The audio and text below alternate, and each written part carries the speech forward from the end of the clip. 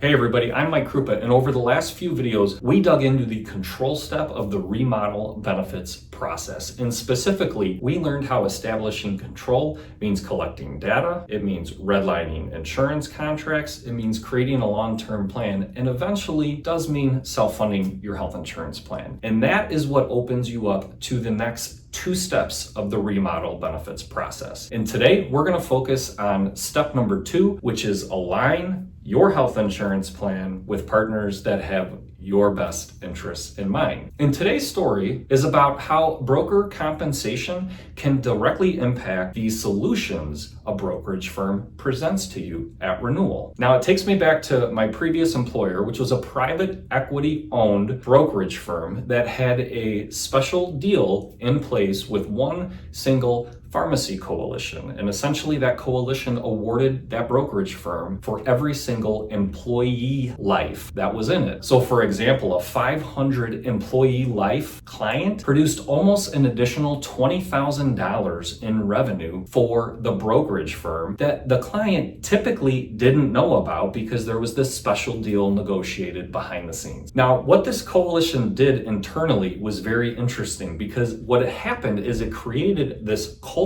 where that one pharmacy coalition was the only solution that was ever presented to clients for years. And as somebody with a highly technical background, I was always confused why prescription drug trend on those clients always continued to go up at the same pace as it did prior to making a change to that new pharmacy coalition. Now, fast forward a few years later, and here I am at an independent brokerage firm this time, where we don't have those types of special deals in place. And the reason we don't have those special deals in place is because we don't answer to as many shareholders and our margins don't have as much pressure on it on a day-to-day basis. So now I'm actively moving employers away from that coalition over to an independent pharmacy benefit manager, and we're seeing decreases in prescription drug trend for the first time ever for these clients. And the lesson of this story is that your broker compensation has a direct link to the solutions that you are presented at renewal. And if you feel like you're getting presented the same solutions over and over again, year after year, this might be happening to you. Then the action today is simple. Ask your broker to disclose their compensation by vendor partner. Ask them for a total dollar amount for the entire calendar year. Ask if there's any additional compensation above and beyond that, and then ask for that annual amount estimate as well. Now, once you have your answer, ask yourself if that creates any conflicts of interest. Take that example I discussed about the pharmacy coalition. Do you think getting paid an undisclosed amount of compensation for that one coalition created a conflict of interest that prohibited that broker from presenting you with alternative pharmacy solutions that didn't have that compensation in it? And if that sounds like it could be happening to you, go take action right now. Request the compensation, request the amounts, request all the sources of those compensation.